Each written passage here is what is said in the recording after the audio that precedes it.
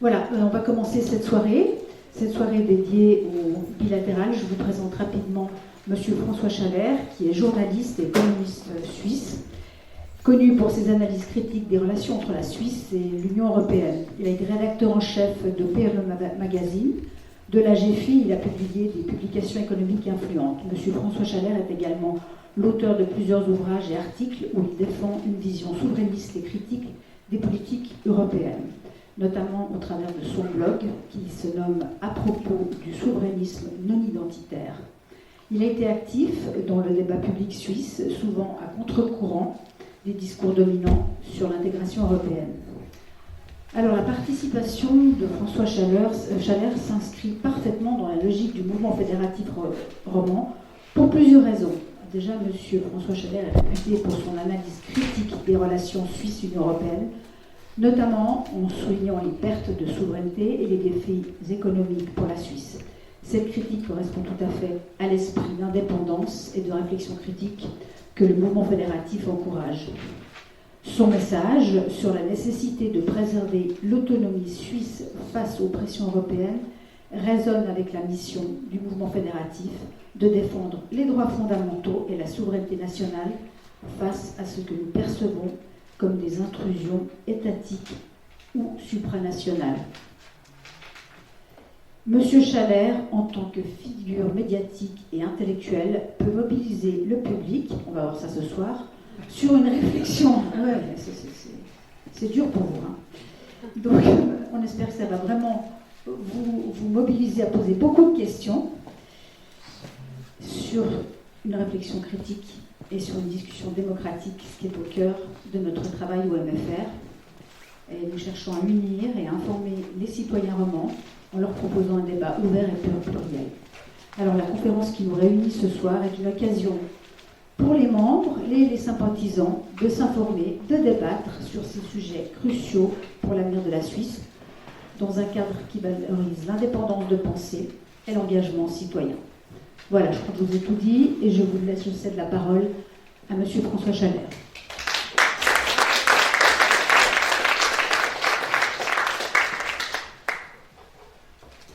Merci de cette invitation et félicitations de vous intéresser à un dossier de politique suisse qui passe pour être particulièrement ennuyeux. Pour plusieurs raisons. La première, c'est que c'est assez complexe. Il y a un historique qui remonte à 30 ans avec des phases différentes, diversifiées. Et puis aussi parce qu'on n'y comprend rien. Et c'est très idéologique, très idéologisé. Il y a pas mal de désinformation, de mésinformation. Vous savez que dans le monde anglophone, on fait la distinction entre mésinformation et désinformation. La mésinformation, c'est lorsque vous énoncez des vérités qui sont en réalité fausses, mais vous le faites non volontairement, alors que la désinformation, c'est une volonté de manipuler l'opinion, et c'est assez différent. La frontière entre les deux est rarement très claire, parce que lorsqu'il s'agit de clarifier les intentions des gens et a fortiori des institutions, ça devient évidemment très compliqué. Je précise, pour clarifier certaines choses, d'abord que oui, je suis ici en tant que journaliste engagé depuis 30 ans sur la politique européenne de la Suisse, puisque j'ai commencé lors de l'épisode et en 1992 et que je n'ai jamais cessé en réalité, même lorsque j'étais journaliste à l'Hebdo et qu'il avait été convenu que je ne traiterais pas de ce sujet. Et puis, je précise aussi que politiquement, je suis une espèce de radical, libéral, assez éclectique. Et par rapport à l'UDC, puisque l'UDC est quand même au centre en termes de politique suisse sur ce dossier, je suis tout à fait en phase avec les positions de l'UDC sur la politique européenne de la Suisse, mais pas du tout sur la plupart des questions de société qui sont traitées par l'UDC. Donc je ne suis dans aucun parti et je m'efforce de ne pas ajouter à mes propos des confusions militantes ou partisanes par rapport à ça. Bien, j'aurais pu intituler cette présentation Suissué. Le Suissué, pour moi, Suissué, c'est le terme générique, les lieux communs de la désinformation. Je vais, en guise d'introduction à ce dossier, en quelque sorte, traiter les uns après les autres plusieurs lieux communs, tels que je les ai intitulés, c'est-à-dire des idées qui circulent et qui, en fait, ne correspondent pas à la réalité, qui paraissent des évidences, parce qu'à force d'avoir été répétées sur tous les tons et sur tous les angles, elles finissent par apparaître comme des évidences qu'il n'y a absolument pas de raison de mettre en doute, alors qu'elles ne correspondent pas du tout à la réalité. Et là, on est dans la mésinformation. Il n'y a pas une volonté, souvent pas une volonté de manipuler l'opinion, mais parfois une vraie volonté de répéter encore et de conforter l'opinion publique dans ses convictions. Et je dois évidemment commencer par un survol historique des 30 dernières années par rapport à ces politiques européennes de la Suisse. Et je vais le faire en commençant par le point de vue ou l'angle de l'Union européenne plutôt que de la Suisse. Tout commence au début des années 90, après la disparition de l'Union soviétique. L'Union européenne, qui ne s'appelle pas encore tout à fait comme ça, la communauté économique européenne, l'Europe en fait, l'Europe franco-allemande, c'est-à-dire la France, l'Allemagne et leurs alliés, principalement l'Italie et le Benelux à l'époque, la Belgique, les Pays-Bas et le Luxembourg, se disent que ce changement total dans la configuration géopolitique, c'est l'occasion de faire de l'Europe une nouvelle puissance, une superpuissance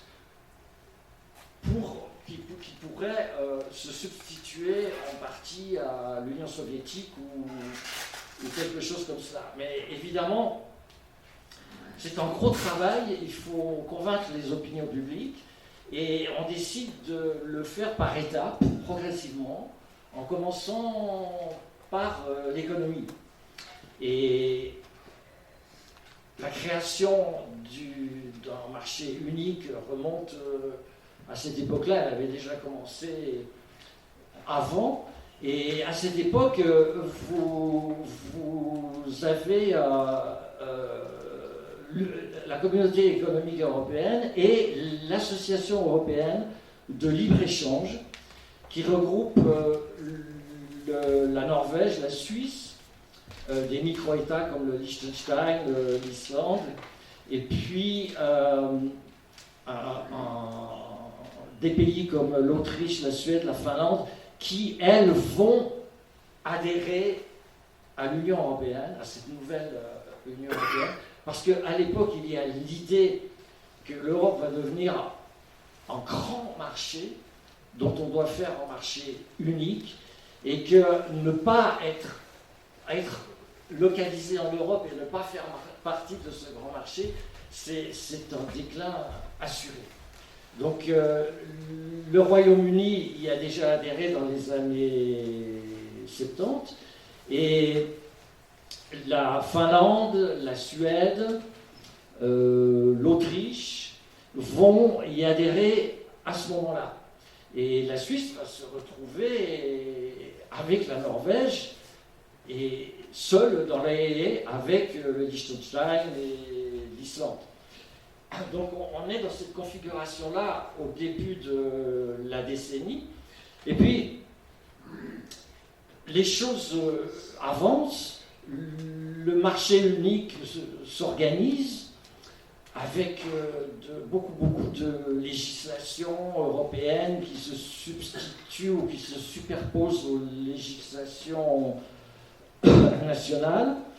Et en 2005, l'UE tente de faire un nouveau pas en avant avec la création d'une constitution européenne et une évolution dans les institutions européennes qui vont faire de cette Union européenne une entité plus fédérale, plus proche du modèle en fait qui est les États-Unis à l'époque. On rêve beaucoup de faire de l'Europe les États-Unis d'Europe, l'Union européenne, de manière aussi à pouvoir se libérer de la protection américaine et de l'influence américaine avec sa propre personnalité. Et en fait, en 2005, ça échoue parce que la France organise un référendum et les Français rejettent le projet de constitution.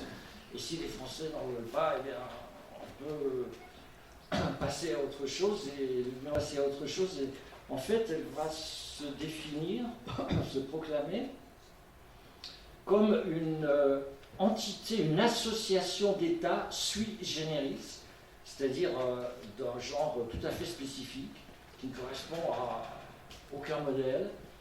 Et ça va évoluer comme ça jusqu'à aujourd'hui. Et on se rend compte, avec le recul, qu'il y a quand même quelque chose à laquelle l'Union européenne ressemble historiquement, c'est l'Autriche-Hongrie. L'Autriche-Hongrie qui a traversé tout le 19e siècle, qui était une grande entité, on appelait ça à l'époque l'Empire. C'était l'héritière, si vous voulez, de cet empire romain germanique. Et cette Autriche-Hongrie, cet empire, avait 17 nationalités et c'était quelque chose de très compliqué à gérer pour les autorités impériales. Et en fait, alors qu'au XIXe siècle, les grandes nations faisaient des grands pas en avant, l'Autriche-Hongrie avait tendance à avancer très lentement et même à devenir le ventre mou de l'Europe, avec une armée très faible, des problèmes de frontières avec la Russie, avec l'Empire ottoman, la Turquie, et une bureaucratie étouffante, des décisions politiques intérieures très difficiles à prendre. Donc on avait tendance à judiciariser la vie politique, les tribunaux ont pris une grande importance, et puis il ne faut pas voir que les mauvais côtés, ça a aussi été l'Autriche-Hongrie, un formidable vivier intellectuel, culturel, artistique. En particulier, la bureaucratie de l'Empire a inspiré des grands auteurs comme Kafka, qui était basé à Prague, comme Musil, qui est inhumé au cimetière de Plein Palais à Genève et qui a écrit L'homme sans égalité, et en passant par Joseph Prout ou Karl Kraus. Voilà. Et aujourd'hui, l'Europe donne un peu la même impression dans le monde. L'Europe donne l'impression d'être devenue un peu le ventre mou du monde. Et on voit les difficultés de cette grande entité à avancer dans l'actualité géopolitique. Alors, la Suisse, par rapport à ça, lorsque la Suisse et la Norvège se sont retrouvées toutes seules dans la l'AELE, l'Association européenne de libre-échange, et que tout le monde leur disait mais si vous n'êtes pas dans le marché unique, qu'est-ce que vous allez devenir? Ce qui restait de l'AELE s'est mis d'accord avec les autorités européennes, à l'époque surtout Jacques Delors, l'idée venait de Jacques Delors, de faire une espèce d'antichambre de l'adhésion à l'Union européenne, qui aura été l'espace économique européen, qui a été l'espace économique européen. Une antichambre où, en fait, le droit, les États qui dans l'espace économique reprenaient le droit européen économique, pour commencer, avec l'idée que c'était une étape dans le processus d'adhésion. Et en fait, une chose tout à fait imprévue à l'époque et invraisemblable à l'époque, c'est que les Suisses, le peuple et les cantons, le peuple d'extrême justesse et les cantons de manière un peu plus large, ont refusé ce projet d'adhésion à l'espace économique européen. L'espace économique européen, c'est quand même fait avec la Norvège, le Liechtenstein et l'Islande. Ça existe encore aujourd'hui. Et puis, les autorités européennes et la Suisse ont finalement convenu de faire la même chose, mais de manière bilatérale, non pas multilatérale entre l'AELE et l'Union européenne, mais bilatérale entre un pays, la Suisse, et un autre État, entre guillemets, l'Union européenne. Donc, de créer une antichambre à l'adhésion à l'Union européenne de manière bilatérale avec la Suisse. Et en le faisant progressivement, puisque les Suisses sont des gens si compliqués et avec lesquels il faut prendre toutes sortes de précautions, en le faisant progressivement, une adhésion économique, une adhésion, une entrée dans le marché unique, mais secteur par secteur. En commençant par le plus important aux yeux de l'Union européenne, qui était la libre circulation des personnes, c'est-à-dire le marché du travail.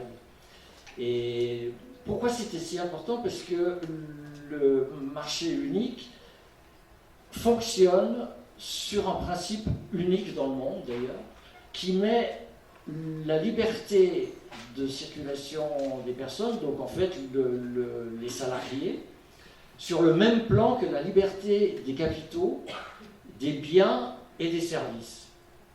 Et en fait, pour que la Suisse puisse adhérer d'abord économiquement et ensuite éventuellement par la suite, eh bien, il est nécessaire que la libre circulation des personnes crée une homogénéité de manière à ce que le droit puisse s'appliquer dans l'un et dans l'autre, basé sur ce principe. Du côté de l'espace économique, les choses ne se sont pas passées non plus comme prévu, parce que la Norvège, les Norvégiens, à 2 reprises dans les années 90, ont voté contre la continuation du processus, c'est-à-dire contre l'adhésion à l'Union européenne. Donc en fait, l'adhésion de la Norvège, c'est quelque chose qui a été abandonné, et pour l'Union européenne, ça ne posait pas trop de problèmes, parce que la Norvège, c'est un pays un peu périphérique dans la géographie européenne, avec une grande face atlantique, etc.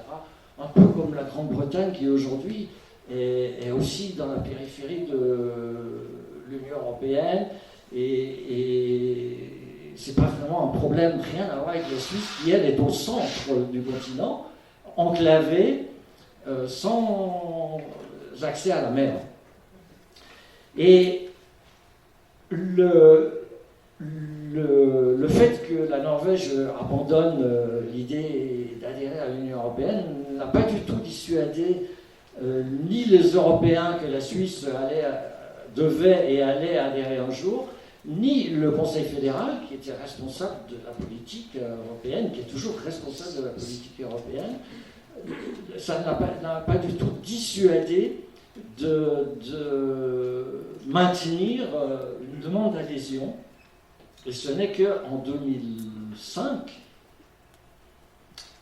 que l'adhésion a cessé d'être un objectif l'objectif du Conseil fédéral en matière de politique européenne, et ce n'est qu'en 2016, exactement à l'époque du vote sur Brexit au Royaume-Uni, que la Suisse a retiré sa demande d'adhésion. Donc on peut considérer que jusqu'en 2005 et encore jusqu'en 2016, la politique européenne du Conseil fédéral avait pour objectif l'adhésion complète de la Suisse à l'UE. Et en 2005, il n'y a pas eu de déclaration, de mémoire, il n'y a pas eu de déclaration solennelle à Berne comme quoi la Suisse abandonnait l'adhésion comme objectif. Et jusqu'à aujourd'hui, surtout, et c'est important de le dire quand même, il n'y a jamais eu de déclaration à Bruxelles pour dire que l'adhésion de la Suisse à l'Union européenne, cette Suisse qui est au centre géographique, n'était pas un objectif de l'Union européenne. Et je pense, ce n'est pas une opinion personnelle, pour moi c'est vraiment une évidence et j'attendrai qu'on me démontre le contraire. Je pense que à Bruxelles, l'adhésion de la Suisse est toujours un objectif et que Bruxelles a une stratégie vis-à-vis de la Suisse, une politique suisse qui tient compte de ça de manière tout à fait soft, hein, mais quand même tout à fait réelle. Donc qu'est-ce qui s'est passé pendant toutes ces années? Les Européens et les Suisses ont signé des accords bilatéraux de type accords commerciaux non tarifaires, donc dans un esprit de libre-échange, et deux accords qui vont plus loin, qui impliquent que la Suisse reprenne la législation européenne au fur et à mesure qu'elle se construit, et aussi rétroactivement qu'elle prenne ce qu'on appelle les acquis communautaires.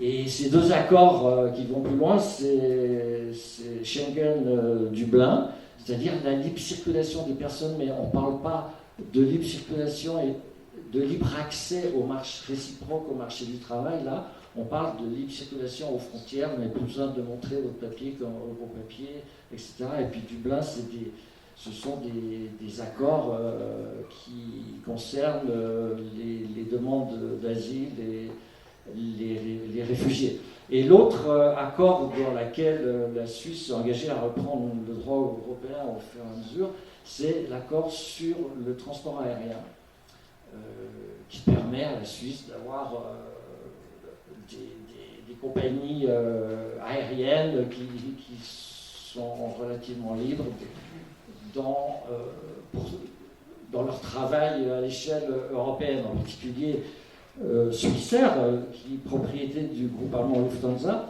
mais aussi EasyJet, la filiale une des filiales continentales, ou la filiale continentale de EasyJet qui est basée à Genève. Voilà, ces accords bilatéraux ont bien fonctionné, reposant sur le droit international, le droit commercial international, mais les Européens n'ont pas oublié qu'on devait aller plus loin.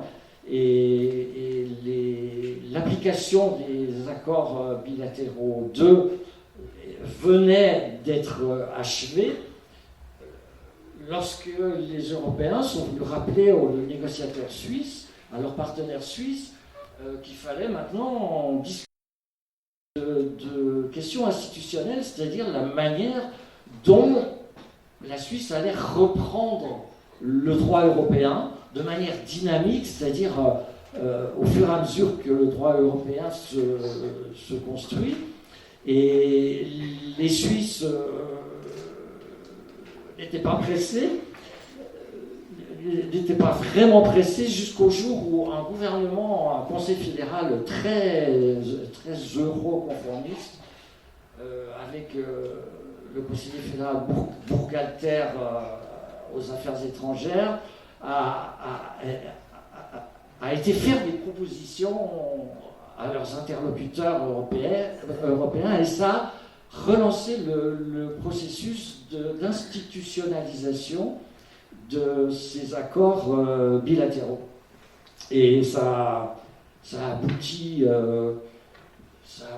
à la fin des années 2010 à un accord cadre institutionnel qui prévoyait la reprise automatique, dynamique, disons, du droit européen, à commencer par la libre circulation des personnes, et ça c'est vraiment le plus important aux yeux des Européens, et aussi évidemment aux yeux des Suisses et aux yeux de l'opposition en Suisse. La libre circulation des personnes, ça signifie que le marché du travail en Suisse va dépendre en grande partie de la législation européenne sur le marché. Enfin, en fait, il s'agit d'une fusion, entre guillemets, du marché du travail suisse avec le marché du travail européen.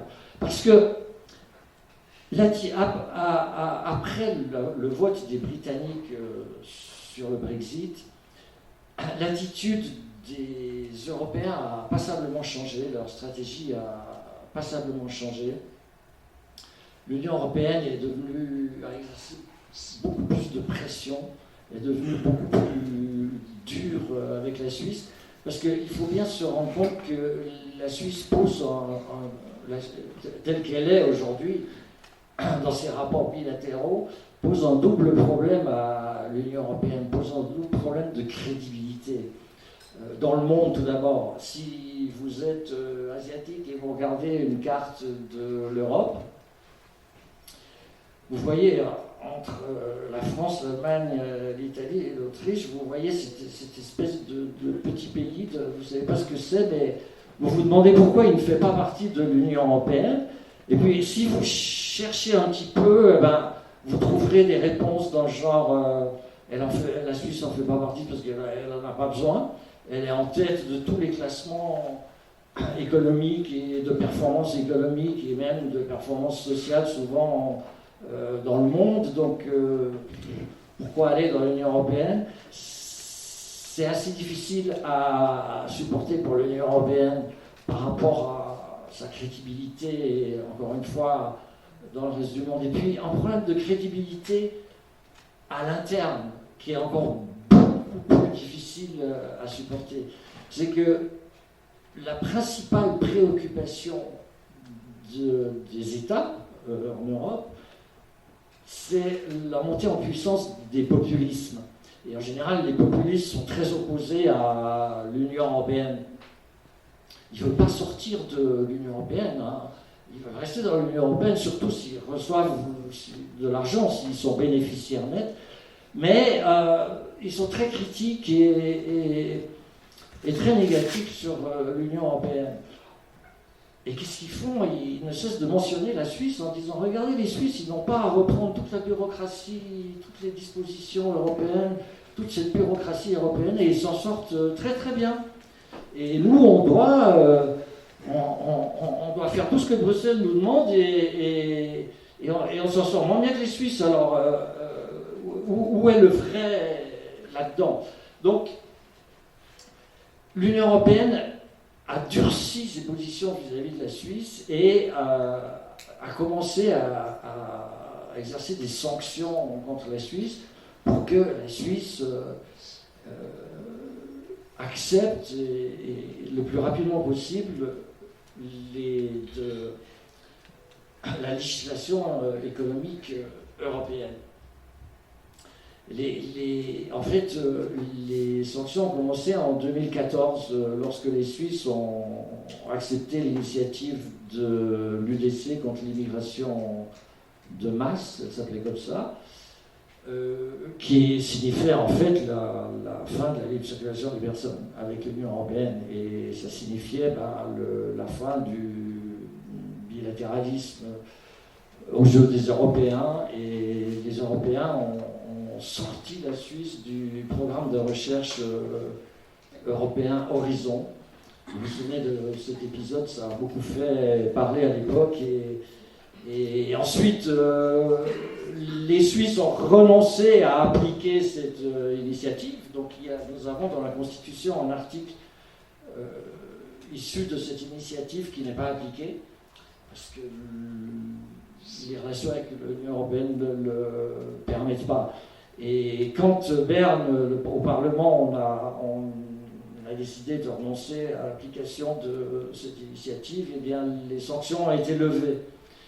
Et ensuite, quand le Conseil fédéral a commencé à traîner les pieds pour faire avancer vis-à-vis du Parlement et de l'opinion publique l'accord institutionnel, eh bien, les sanctions sont revenues. Il y a eu cette sanction sur la recherche et il y a eu d'autres sanctions, en particulier sur la reconnaissance des normes mutuelles. Et aujourd'hui, on est passé à une autre phase. L'accord cadre institutionnel a été abandonné par le Conseil fédéral. Le Conseil fédéral a proposé à l'Union européenne de renégocier cela, mais de le faire avec des accords sectoriels, bilatéraux, un peu comme les accords bilatéraux 1 et 2, qui concernent des secteurs de l'économie, en particulier l'électricité. Et ça a été négocié en moins d'une année. L'accord institutionnel a été verticalisé, c'est-à-dire qu'au lieu d'être un accord horizontal qui couvre tout le bilatéralisme, l'accord est inclus dans chacun des accords sectoriels de manière identique, mais il peut y avoir des variantes, en particulier des précisions selon les secteurs. Et nous sommes aujourd'hui début 2025 et c'est probablement en 2028 que les citoyens suisses vont voter sur les 3 accords nouveaux sectoriels avec, dans 5 accords bilatéraux, 1 plus les 3 nouveaux accords, des dispositions institutionnelles, c'est-à-dire des dispositions sur la manière dont la Suisse va reprendre le droit européen actuel et futur, avec une clause qui figurera peut-être pas, je crains qu'elle ne figure pas, elle figure en tout cas dans les déclarations d'intention qui ont été publiées l'année dernière de commune, la déclaration commune, qui était une espèce de programme de négociation. Il y a une clause qui précise bien qu'à l'avenir, tout nouvel accord sectoriel dans le domaine économique et la modification de tout accord ancien devrait se faire sur la base du droit européen. Donc ce ne serait pas un aboutissement, ce serait le début d'un processus qui consiste à aligner de manière dynamique, progressive, l'économie suisse sur le droit européen. Voilà. Je ne sais pas si j'ai été très clair. Oh oui, là.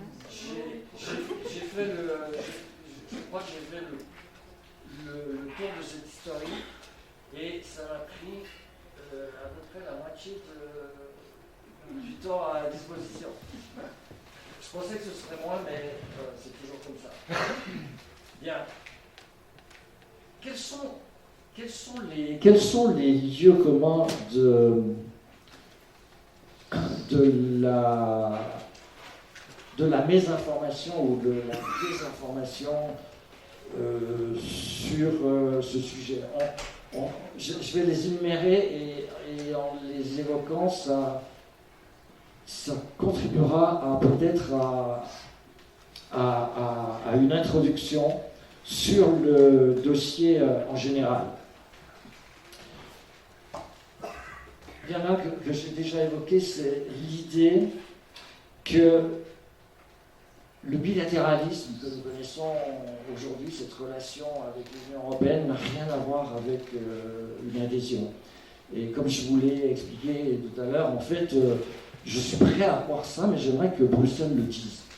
J'aimerais que Bruxelles fasse une déclaration, une proclamation en disant non, nous n'avons pas dans notre stratégie un objectif lointain, dans 5 ans, dans 10 ans, dans 20 ans, d'adhésion de la Suisse à l'Union européenne. Et à ce sujet, j'aimerais évoquer une chose que je n'ai pas évoquée dans mon introduction, qui est la Cour de justice de l'Union européenne. Les dispositions institutionnelles prévoient, puisqu'on fusionne secteur par secteur l'économie suisse avec le marché européen, il semble assez normal que ce soit la Cour de justice de l'Union européenne qui règle les différends entre les Suisses et l'Union européenne dans l'application de ces accords. Et en fait, comme il y a un énorme quand même transfert de souveraineté à Bruxelles, on a imaginé que la Cour européenne de justice ne rende pas des décisions qui soient directement applicables, mais que ça passe par un tribunal arbitral qui discute avec la Cour européenne de justice pour se faire une idée d'une décision qu'elle doit prendre. Un tribunal arbitral composé de Suisses, de représentants de l'Union européenne, etc. En fait, ce modèle, comme l'a beaucoup expliqué un ancien président de la Cour de l'AELE, Karl Baudenbacher en Suisse alémanique, ce modèle est le modèle qui a été mis en place pour l'intégration progressive dans l'Union européenne d'anciennes républiques soviétiques que sont l'Ukraine, la Moldavie, l'Arménie et la Géorgie. C'est le même système que l'Union européenne aimerait que la Suisse applique. Et en fait, ces 4 États sont tous candidats à l'Union européenne, à l'adhésion à l'Union européenne. Ce qui montre bien qu'il y a une relation entre l'un et l'autre. Ensuite, un autre lieu commun de la mésinformation ou de la désinformation, c'est une confusion continuelle entre le terme accès au marché et le terme participation au marché. Les Suisses aimeraient un bon accès au marché européen, on peut les comprendre. Et en fait, ils ont un bon accès au marché européen avec d'abord l'OMC, l'Organisation mondiale du commerce. Il y a des règles qui favorisent les échanges. Ensuite, le traité de libre-échange de 1972 avec l'Union européenne, qui n'était pas un traité tout à fait bilatéral, parce que c'était un traité de libre-échange entre l'AELE et l'Union européenne. Le libre accès, en fait, repose là-dessus. Les accords bilatéraux dont on parle, 1, 2 et bientôt peut-être, j'espère pas, 3, enfin, sur les accords bilatéraux, même j'ai pas de problème, ce sont les dispositions institutionnelles qui les accompagnent qui posent un problème. Mais sur ces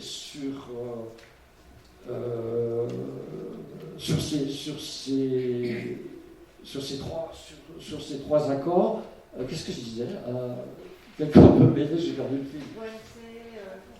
Accès ou participation. Oui, l'accès, oui. Pardon. Oui, ce sont des accords.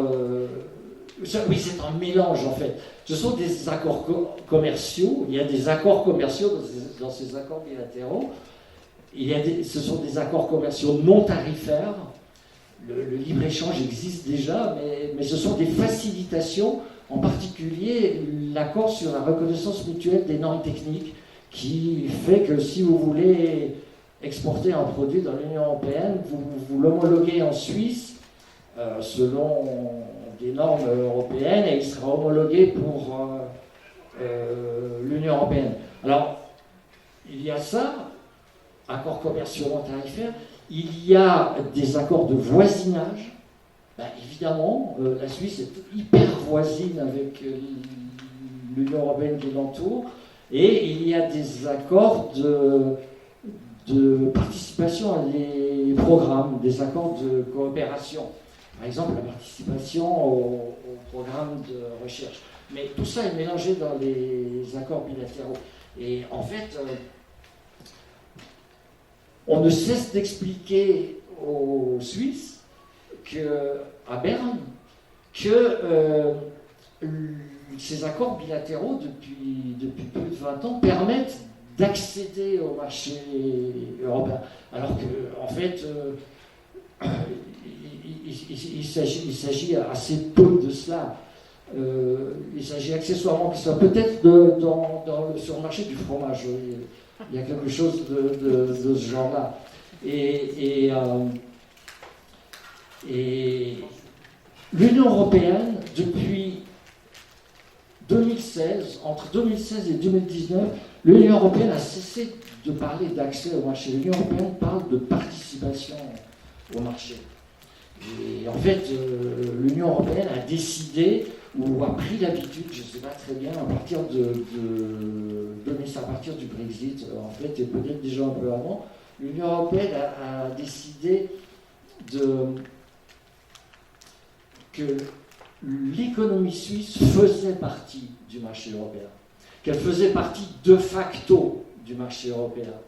Et elle s'est appuyée là-dessus, elle a fini par s'appuyer assez tardivement en 2019 sur une étude miraculeuse pour elle qui a été réalisée par la fondation Bertelsmann en Allemagne, une étude qui a montré que les pays les plus exportateurs, les plus ouverts sur les marchés extérieurs étaient les pays qui bénéficiaient, donc dans l'Union européenne, étaient les pays qui bénéficiaient le plus du marché unique. Et en fait, quel était le pays, parce que la Suisse était inclue dans l'étude, quel était le pays qui en bénéficiait le plus? Ben, c'était le pays le plus exportateur, et la Suisse. Voilà. Donc à partir de ce moment-là, Bruxelles a commencé à dire la Suisse participe au marché européen, participe dans le sens de faire partie, et elle doit donc en adopter toutes les règles. Sinon, c'est de la concurrence déloyale. Et en fait, ce terme de concurrence déloyale avait été utilisé de manière assez répétitive dans les polémiques qui ont suivi le vote sur le Brexit. Et en particulier par Michel Barnier, le chef négociateur de l'Union européenne, qui ne cessait de dire que l'Union et le Royaume-Uni avaient besoin d'un accord qui empêche le Royaume-Uni de faire de la concurrence déloyale aux entreprises européennes. Et en fait, cette concurrence déloyale, c'est quoi? C'est la possibilité de vendre dans l'Union européenne ou dans le monde des produits et des services sans être soumis à toutes les dispositions européennes, à toute la bureaucratie de Bruxelles. C'est cela que les Européens considèrent comme de la concurrence déloyale. Donc accès et participation, vous entendrez toujours à Berne, enfin beaucoup moins parce que Berne a adopté le vocabulaire de Bruxelles depuis environ 18 mois.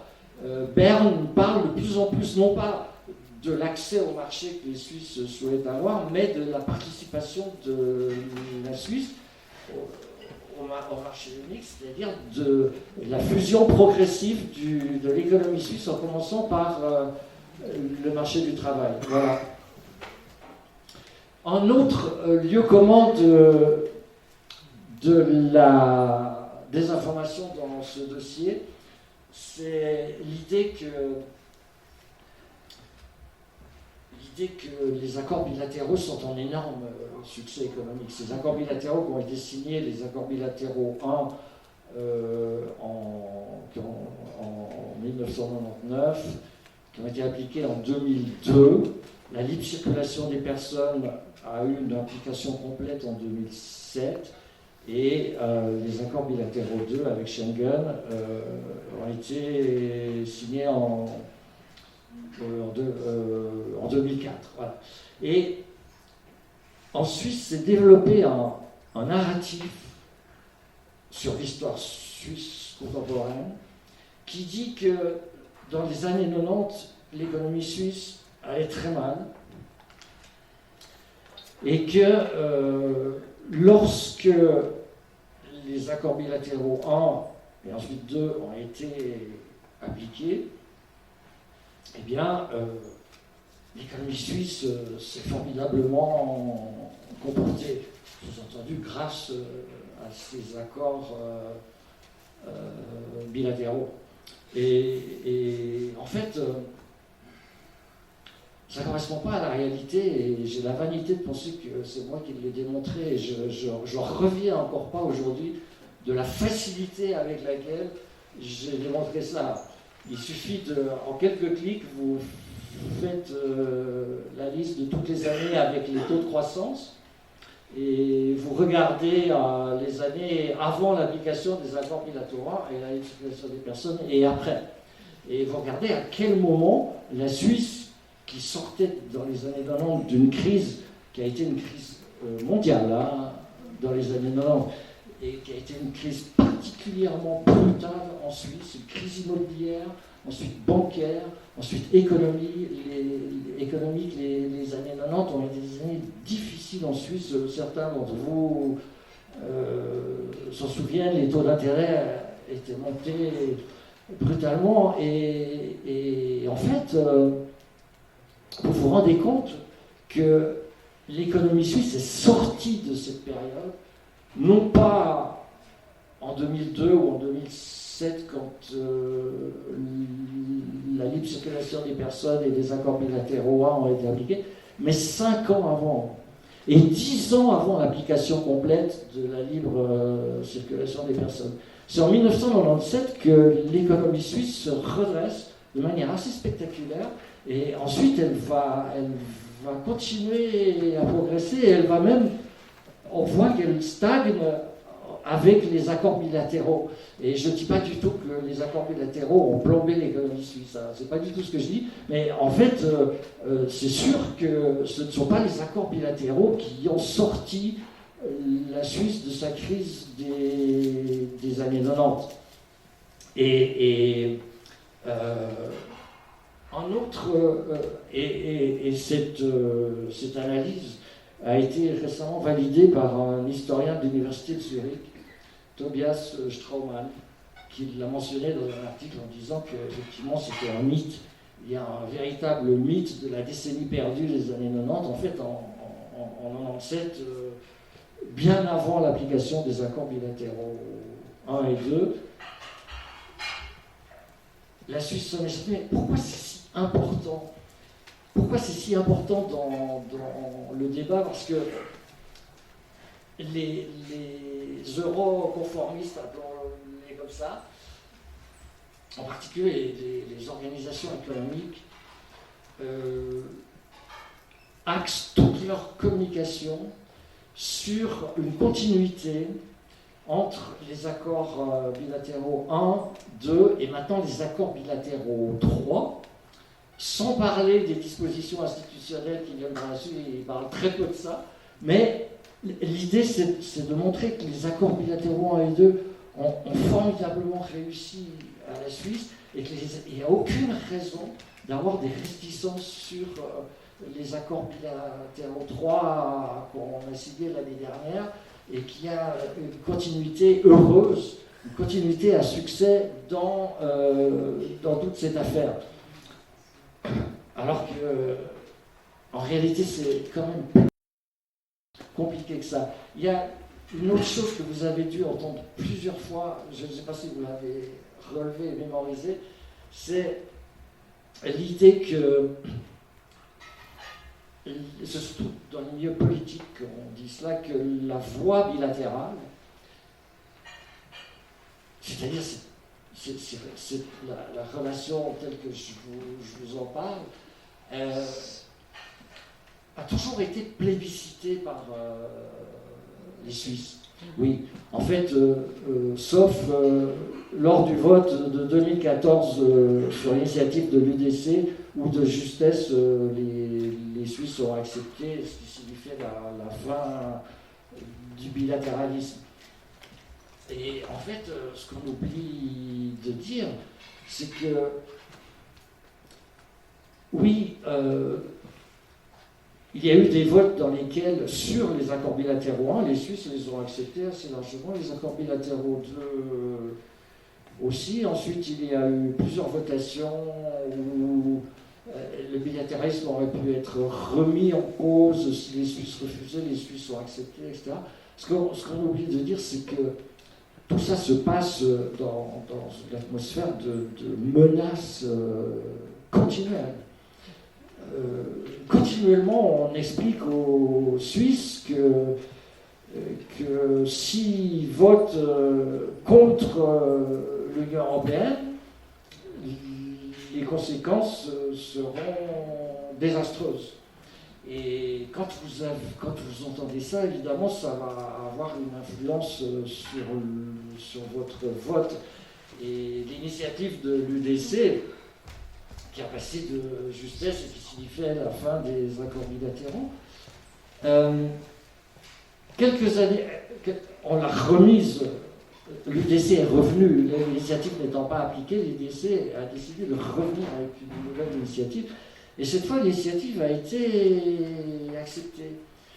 Après que l'Union européenne a exercé des rétorsions sur la reconnaissance des normes techniques et sur la participation de la Suisse au programme de recherche européen. Donc il y a toujours cette épée de Damoclès qui influence évidemment le vote des Suisses. Bon, très souvent, les Suisses votent sur toutes sortes d'objets qui n'ont rien à voir avec l'Union européenne dans une atmosphère de menace, dans une atmosphère de catastrophisme, avec des pressions considérables. En soi, ce n'est pas quelque chose d'exceptionnel, mais c'est quand même quelque chose qui mérite d'être relevé par rapport à ce qu'on raconte sur l'enthousiasme des Suisses pour la voie bilatérale, c'est-à-dire pour la libre circulation des personnes.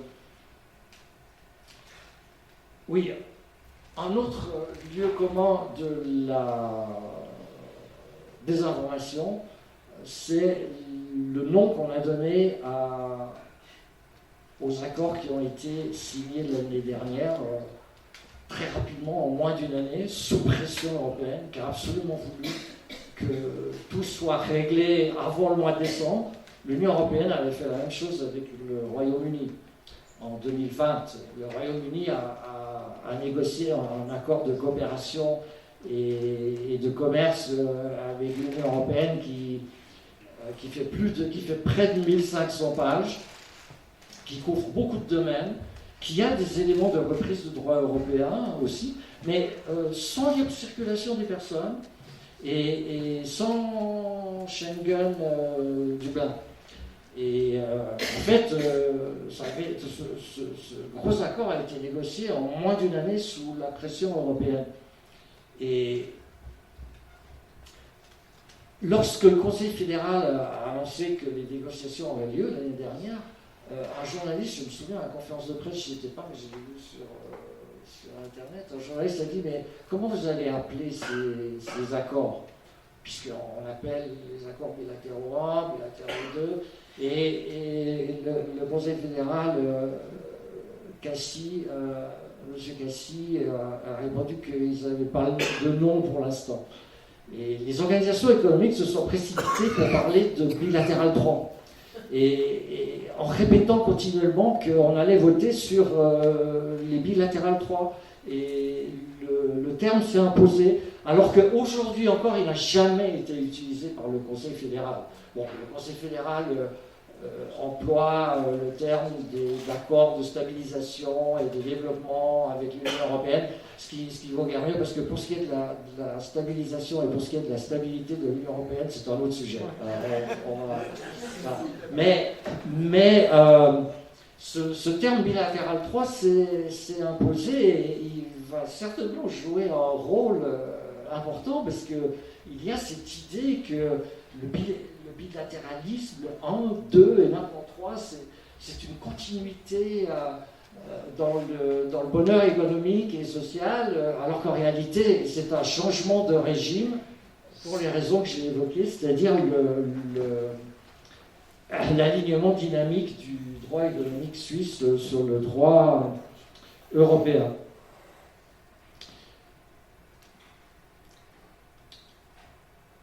Autre lieu commun de la mésinformation ou de la désinformation, et là je crois qu'on est plus dans la mésinformation en fait. L'idée que l'immigration européenne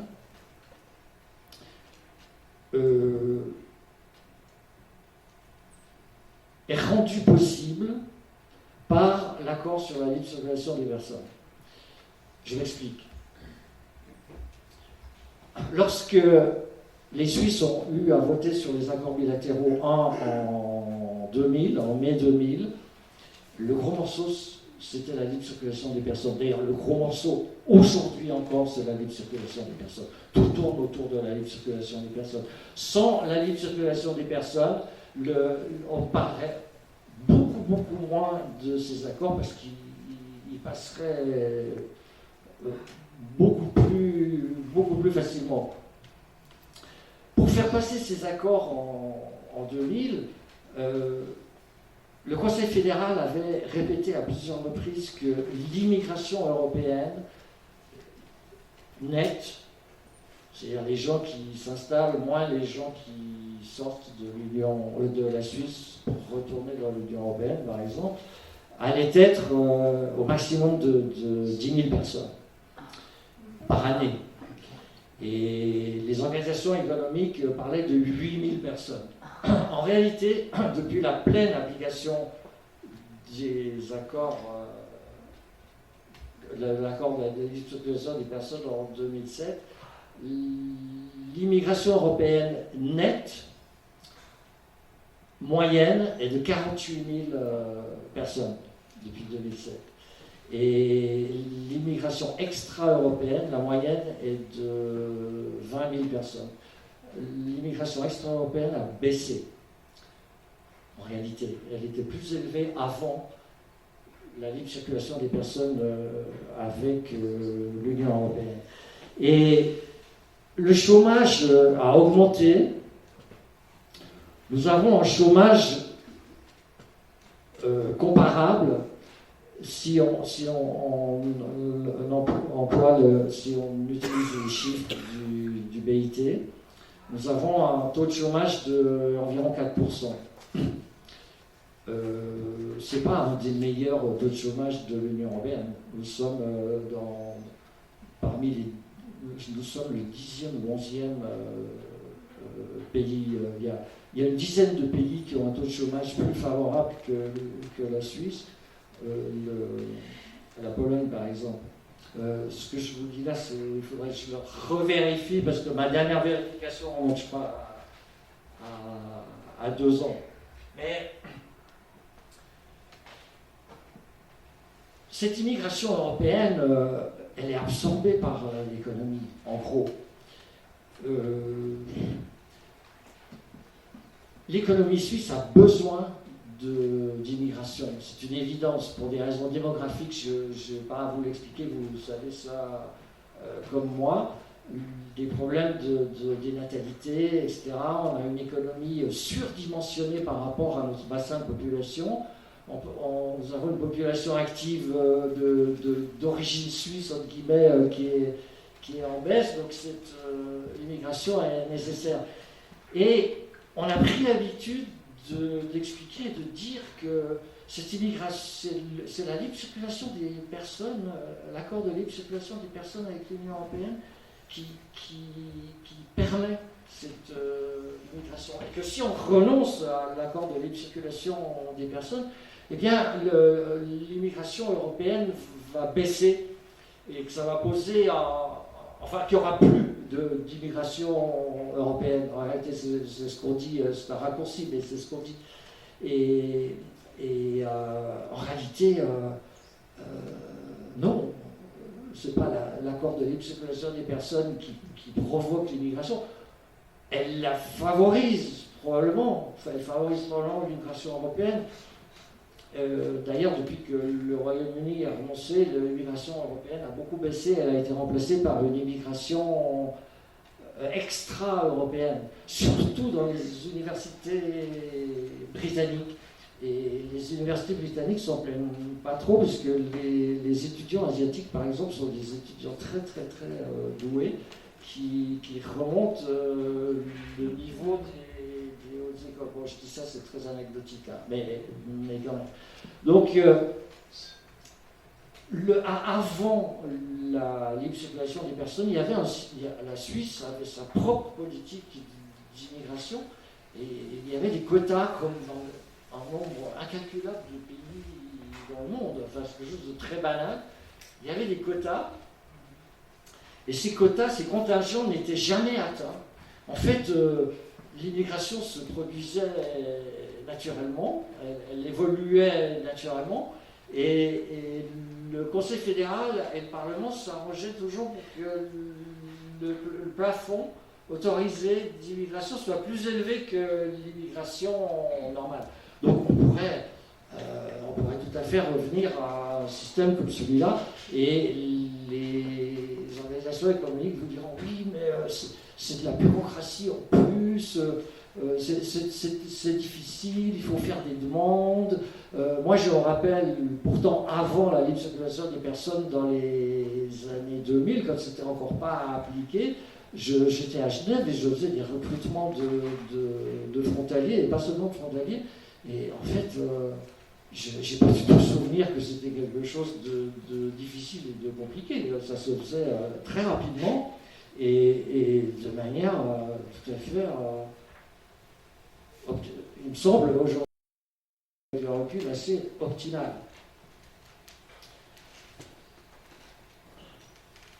Voilà, libre circulation des personnes. Ensuite, évoquons la démocratie directe. Ces dispositions institutionnelles qui vont toucher le marché du travail, c'est-à-dire tous les secteurs économiques, tous à peu près, et un certain nombre de secteurs économiques et d'activités économiques qui reposent sur le droit suisse. Est-ce que le fait que nous devrions reprendre le droit européen réduit le champ d'action de la démocratie directe, c'est-à-dire le droit d'initiative et le droit de référendum? Vous entendrez de plus en plus, c'est pas encore tout à fait au cœur du débat, mais vous entendrez de plus en plus que non, pas du tout. C'est pas le cas. Ça réduit en rien. C'est-à-dire que si une disposition européenne est imposée depuis Bruxelles en Suisse et qu'il y a un processus d'application dans le droit suisse, parce que ça se fait de manière indirecte comme dans toute l'Union européenne, vous pourrez toujours lancer un référendum, on ne va pas changer ça, et vous pourrez toujours lancer des initiatives populaires qui sont pas compatibles avec le droit européen pertinent, c'est-à-dire applicable en Suisse. Puis si l'initiative ou le référendum passe, eh bien la Suisse devra payer des compensations. En fait, c'est une espèce d'institutionnalisation des sanctions économiques. Et compensation, c'est vraiment un euphémisme. Et lorsque j'utilise le terme de sanctions, les gens me disent mais non, pas du tout, c'est pas des sanctions, c'est des compensations, c'est quelque chose de très ordinaire dans le droit civil, dans le droit public. Oui, mais en fait, quand quand la Russie fait la guerre à l'Ukraine et qu'on confisque des dizaines de milliards de dollars ou d'euros à des oligarques russes, parce que c'est quand même la moindre des choses, vu les dégâts que la Russie fait en Ukraine, c'est quand même la moindre des choses qu'on fasse ce genre de choses. On ne parle pas de compensation, hein. On parle quand même de sanctions. Eh bien, c'est un peu de cet ordre-là. Si le peuple suisse ne veut pas appliquer telle disposition du droit européen, eh bien, il y a une sanction et à titre de compensation, la Suisse devra pas forcément payer quelque chose, mais sera entre guillemets sanctionnée dans un autre domaine. On aura le temps, puisqu'on va voter en 2028, et qu'il y aura le débat au Parlement probablement l'année prochaine, on aura le temps d'approfondir ça et d'avoir des détails à ce sujet. Ensuite, autre lieu commun de la mésinformation ou de la désinformation. Et là encore, il s'agit plus de mésinformation, je pense, que de désinformation, même si au départ c'était de la désinformation, mais souvent la désinformation, il y a une volonté d'orienter ou de tromper l'opinion. Au bout d'un certain moment, à force de répétition, comme je l'ai dit tout à l'heure, eh bien, les choses deviennent évidentes et les gens ne se rendent pas compte que ce qu'ils racontent est problématique. Lorsque l'on parle de la participation des hautes écoles suisses, de la recherche en Suisse, aux programmes, aux méga-programmes de recherche Horizon dans l'Union européenne.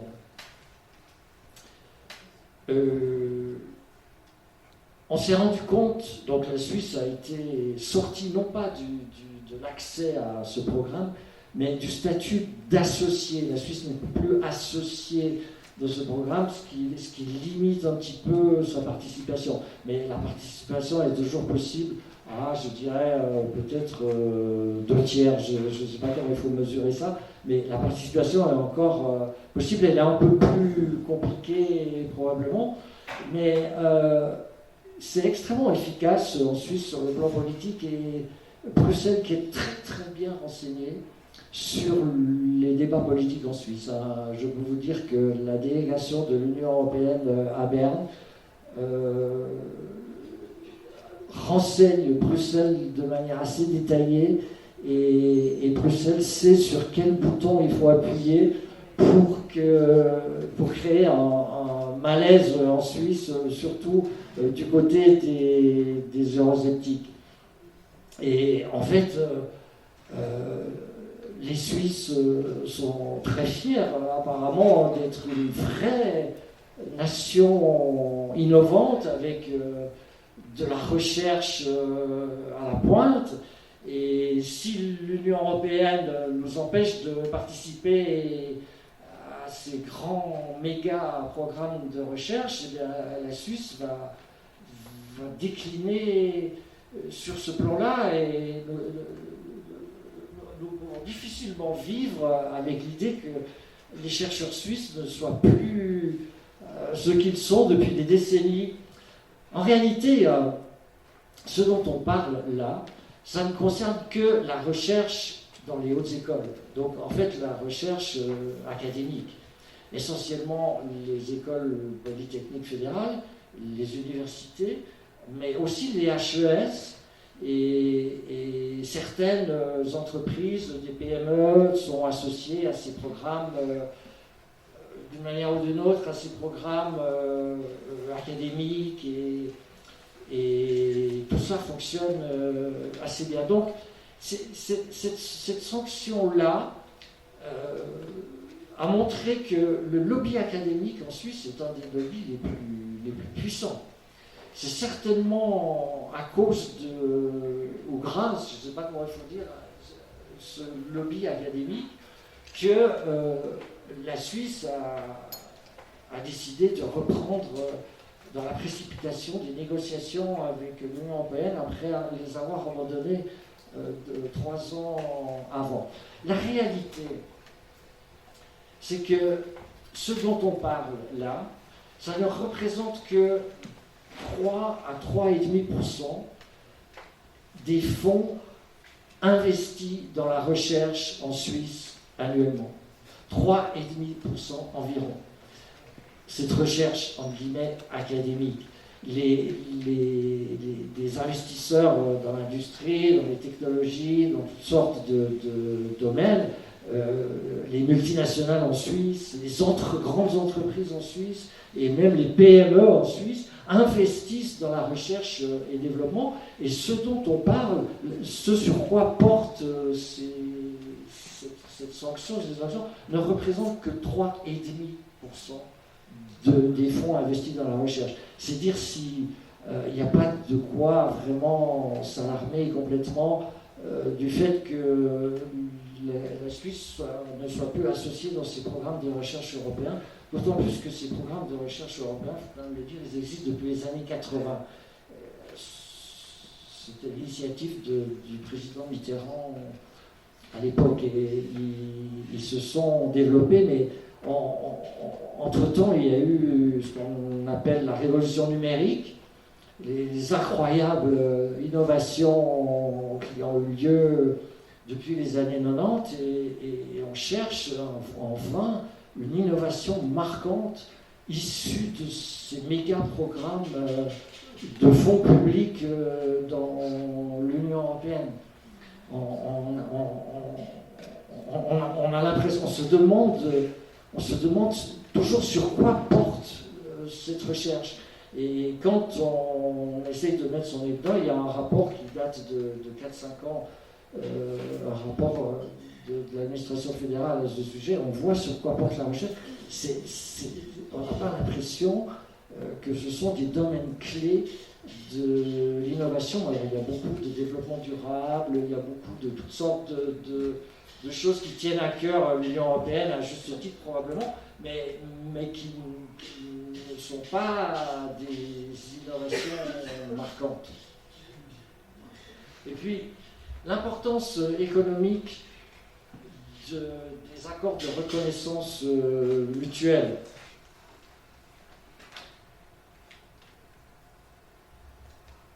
C'est-à-dire les accords, les facilitations non tarifaires pour les exportations suisses. Vous homologuez votre produit en Suisse et vous pouvez l'exporter dans l'Union européenne. Et ça porte sur quoi? Quelle est l'importance de ces procédures dont l'Union européenne nous a privés à titre de représailles, parce que l'Union européenne a décidé de ne plus mettre à jour les accords bilatéraux, y compris l'accord de libre-échange de 1972, ce qui peut poser des problèmes à la longue, mais en fait, ils ne sont plus mis à jour depuis 15 ans. Hein. Mais sur quoi, et depuis 15 ans, on peut vivre avec ça. Hein. Mais quelle est l'importance de ces accords de reconnaissance mutuelle? J'ai un peu creusé cela et je me suis rendu compte que la seule étude qui a été faite sur le sujet, et c'est par le SECO, si je me souviens bien, montrait que ça favorisait des économies de l'ordre de 1%, 1 à 1,5% du chiffre d'affaires des exportations de biens dans l'Union européenne. Et ça ne touche qu'un tiers, je crois, si je me souviens bien, des exportations dans l'Union européenne. Et en fait, depuis 3-4 ans, le secteur des technologies médicales n'a plus ces accords de reconnaissance mutuelle. Et en fait, on se rend compte qu'on cherche dans les chiffres de ce secteur, les medtech, très transparents. On a énormément de chiffres sur toutes les activités du secteur. On cherche où sont les dégâts et on ne voit pas du tout. Et en fait, les entreprises de medtech se sont se sont développés comme si rien ne s'était passé. Et une des raisons à cela, en tout cas dans les technologies médicales, mais dans l'ensemble de l'industrie, je m'en suis rendu compte, c'est que vous pouvez homologuer, mais vous pouvez aussi homologuer dans l'Union européenne. Vous êtes une entreprise dans la région lausannoise et vous voulez homologuer vos produits pour les exporter dans l'Union européenne. Vous allez dans une agence qui est accréditée pour ça, par exemple aux Pays-Bas, les Pays-Bas sont très forts pour ça, et vous l'homologuez aux Pays-Bas, et ça va aussi. En Suisse, vous avez 2 sociétés qui font de l'homologation européenne, et dans les medtech, il n'y en a plus qu'une.